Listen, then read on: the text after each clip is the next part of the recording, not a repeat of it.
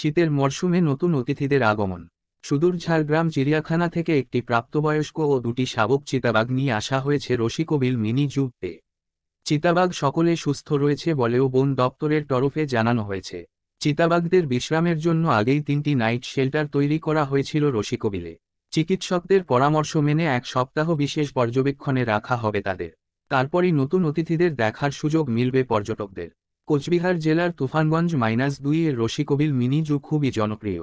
বাম আমলে 2100 হেক্টরের বেশি জমি নিয়ে রসিকবিল প্রকৃতি পর্যটন কেন্দ্রটি গড়ে ওঠে। সেখানে রয়েছে চিতাবাঘ, চিতল হরিণ, মেছো বিড়াল, ময়ূর সহ বিভিন্ন প্রাণী। নিরিবিলি ও মনোরম পরিবেশের আনন্দ উপভোগ করতে এই জেলা তো বটেই, আশেপাশের জেলা ও পড়শি রাজ্য অসম থেকেও রসিকবিলে পর্যটকরা ভিড় জমান। শীতের মরশুমে পরিযায়ী পাখিদের পাশাপাশি পর্যটকদের মূল আকর্ষণ চিতাবাঘ। রসিকবিলে রিমঝিম ও গরিমা নামে 2টি মাদি চিতাবাঘ রয়েছে। আরও 3টি চিতাবাঘ আনা হল। বন দপ্তর সূত্রে খবর, বৃহস্পতিবার ঝাড়গ্রাম মিনি জু থেকে প্রাপ্তবয়স্ক পুরুষ চিতাবাঘ সোহেল, তার 2 সন্তান সুলতান ও শাহজাদদের 850 কিলোমিটার পথ পাড়ি দিয়ে শুক্রবার রাতে রসিকবিল মিনি জুতে নিয়ে আসা হয়েছে। এ বিষয়ে এডিএফও বিজন কুমার নাথ জানান, নতুন অতিথিরা সকলে সুস্থ রয়েছে। চিকিৎসকরা পরীক্ষা করছেন। চিকিৎসকদের পরামর্শ মেনে কিছুদিন তাদের পর্যবেক্ষণে রাখা হবে। এরপর দেখার সুযোগ মিলবে।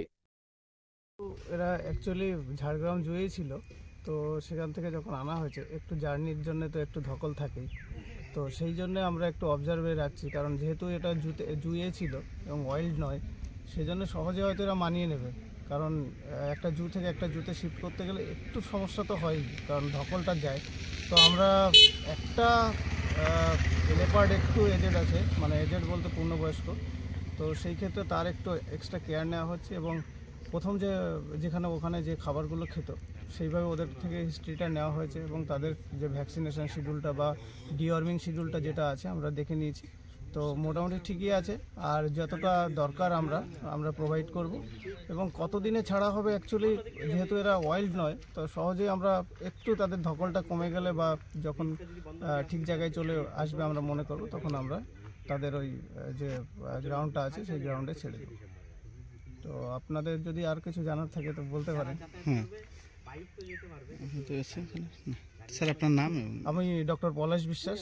আমি রসিকবিল মিনি জুতে পরিকাঠামো গড়ে তুলেছিলাম যাতে এখানে যে দুটো চিতাবাঘ রয়েছে তার সঙ্গে যেন আরও কিছু চিতাবাঘ রাখতে পারি, কারণ এখানকার যে ঘেরাটা রয়েছে সেটা যথেষ্ট বড়, অনেক বড়, 9000 স্কোয়ার মিটারের মতো আছে।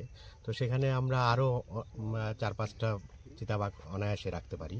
তো সেই চেষ্টা চলছিল, এতদিনে সেটা ঠিক হলো যে আমরা 3টে নাইট শেল্টার বানিয়ে নিয়েছি। এখন 3টে চিতাবাঘ ঝাড়গ্রাম থেকে আসছে, তাদের একটা পূর্ণবয়স্ক আর 2টো সাব অ্যাডাল্ট। বড়টার নাম সোহেল, আর সুলতান আর শাহজাদা হচ্ছে ছোট দুটোর।